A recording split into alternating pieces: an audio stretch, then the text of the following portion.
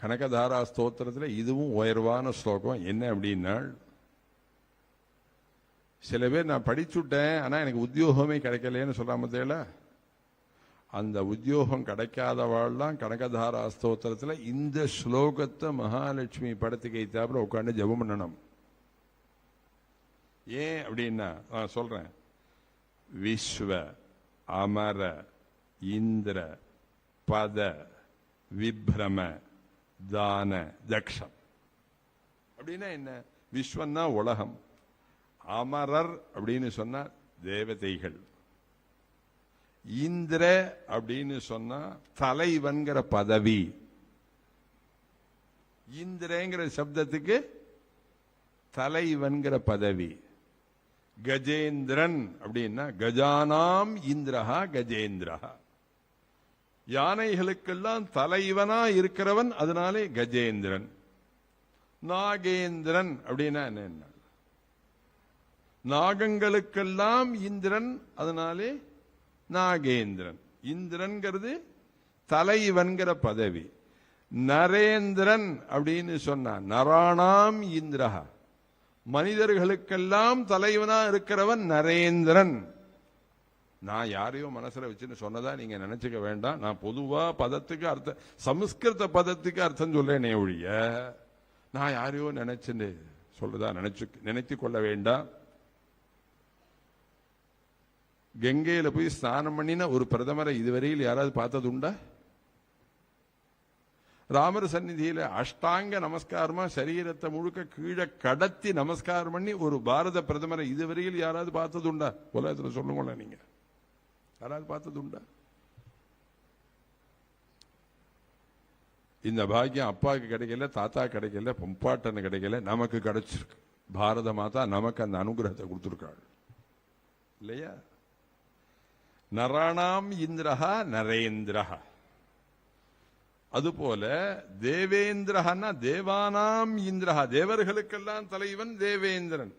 விஸ்வ அமர இந்திர பத, தலைவன்கிற பதவியை விப்ரம தான விளையாட்டாக கொடுக்கக்கூடிய கண்களை உடையவளே, அதான் இந்த பதத்துக்கு அர்த்தம். விஸ்வாமரேந்திர பத விப்ரம தான தக்ஷம்.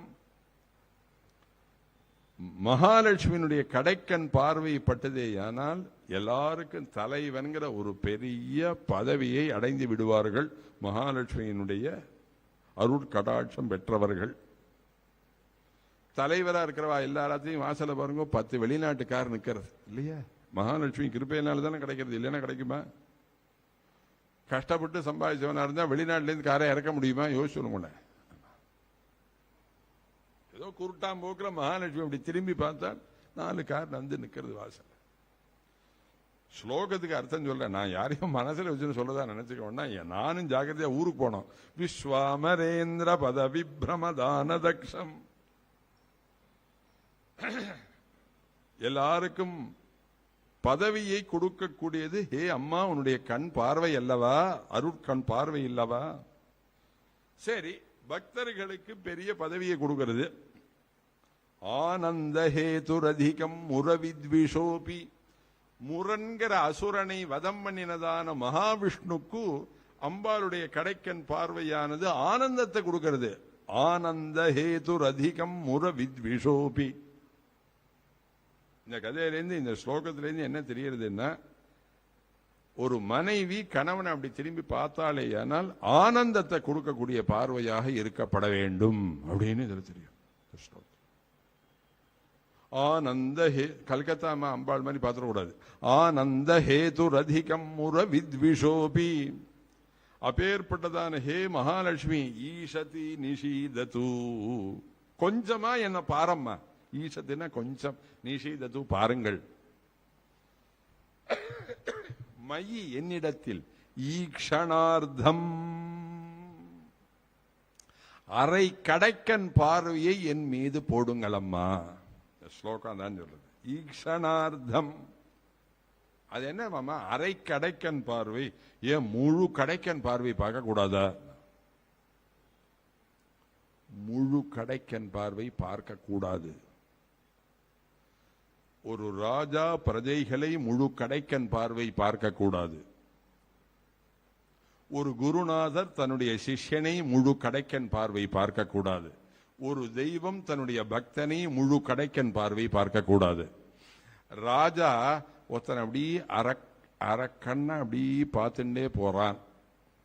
அதே ராஜா ஒத்தனை நின்று நிதானமா 5 நிமிஷம் உள்ளங்கால்லேருந்து உச்சந்தலை வரையில் இப்படி ஏற இறங்க முழுக்க பார்க்கறான். இந்த பார்வைக்கு அந்த பார்வைக்கு என்ன வித்தியாசம் அப்படின்னா, இந்த அரைக்கடக்கன் பார்வையா ராஜா பார்த்துட்டே போறானே, ஆனால் மறுநாளைக்கு அவனை கௌரவப்படுத்த போறான்னு அர்த்தம். உள்ளங்கால்லேருந்து உச்சந்தலை வரையில் ஏற இறங்க ராஜ திருஷ்டி இப்படி பட்டுதே, ஆனால் மறுநாளைக்கு தலைய வாங்க போறான்னு அர்த்தம். அதுக்கு தான் அப்படி பார்க்கறான் அவன். அதனாலதான் காஞ்சிபுரம் போனாலும் சிங்கேரி போனாலும் ஆச்சாரியாளுக்கு நேர நின்று பேச, சைட்ல நின்று பேச. குரு பார்வையும் முழுமையாக நம்ம மீது படக்கூடாது, ராஜாவினுடைய பார்வையும் முழுமையாக நம்ம மீது படக்கூடாது. அதனாலதான் தெய்வ சந்நிதியில பாருங்க, தெய்வத்துக்கு நேர நந்திகேஸ்வரர் நிறுத்தி இந்த பக்கம் புருஷர்கள் இந்த பக்கம் ஸ்திரீக்கள்னு பிரிச்சு வச்சிருக்கா கோயில்கள்ல. ஏன்னா தெய்வ பார்வையும் முழுமையாக நம்ம மீது விழ வேண்டாம். அரை கடைக்கன் பார்வைதான் அனுகிரகத்தை கொடுக்கும்னு இதுல சொல்றார். ஈஷன்னி சீதத்து மயிக்ஷணமீக்ஷணார்த்தம் இந்தீவரோதர சகோதரம் இந்திராயா. இப்ப கனகதாரா ஸ்தோத்திரம் நிறைய இருக்கு. 3 ஸ்லோகத்துக்கு அர்த்தம் சொல்லியிருக்கேன். இன்னும் நிறைய ஸ்லோகம் இருக்கு. கீர்தேவதேதி கருடத்வஜ சுந்தரீதி சாகம்பரீதி சசிசேகர வல்லபேதி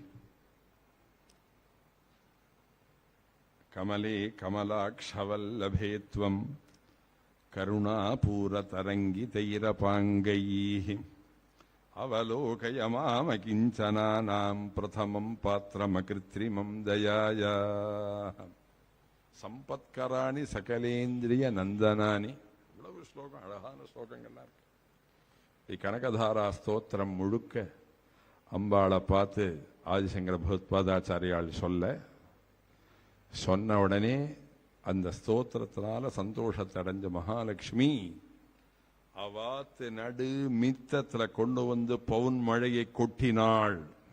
கிரு கிரு கிரு கிரு கிருன்னு மேலேந்து அருவி போல பவுன் வந்து விழருது. அது எப்படி இருந்ததுன்னாள், மித்தம் தாண்டி தாவாரம் தாண்டி கூடல் தாண்டி சமைக்கிற உள், இந்த பக்கம் காம்பரா உள், இந்த பக்கம் ரேழி, அப்புறம் ரேழி உள் வாசத்தின்ன, அப்புறம் அதுக்கப்புறம் இருக்கிற இடம், அதையும் தாண்டி கோலம் போடுற இடம், கோலம் போடுற இடத்துல மண்ணு, அந்த மண்ணு கிட்டக்க ஆதிசங்கர் நிக்கிறார். அந்த ஆதிசங்கரர் காலில் வந்து விழுந்துதான் நறுவி மழுவி அப்படியே அந்த பவுனானது நேர கொண்டு வந்து ஆதிசங்கருடைய காலில் வந்து விழ, ஆதிசங்கர் அந்த அம்பாளுடைய கஷ்டத்தை போக்கினார். சங்கரர் சத்தியம், மகாலட்சுமி சத்தியம், கனகதாரா ஸ்தோத்திரம் சத்தியம்ங்கிறதுக்கு ஒரு சின்ன திருஷ்டாந்தம். 2500 வருஷம் முன்னாடி ஆதிசங்கரர் யாராத்து வாசல்ல நின்றுட்டு மகாலட்சுமியை குறித்து கனகதாரா ஸ்தோத்திரம் சொன்னாரோ அந்த வீடு இன்னைக்கும் கேரளால இருக்கு. அந்த குடும்பத்துக்கு பேரு கனகதாரா குடும்பம்னு பேரு. இன்னைக்கும் அவ பரம்பரையா வசிச்சுட்டு இருக்கா. வந்திருக்கிற பக்தாள் எல்லாருக்கும் மகாலட்சுமியும் ஆதிசங்கர பகவத்பாதாச்சாரியாலும் சகல விதமான க்ஷேமத்தை கொடுத்து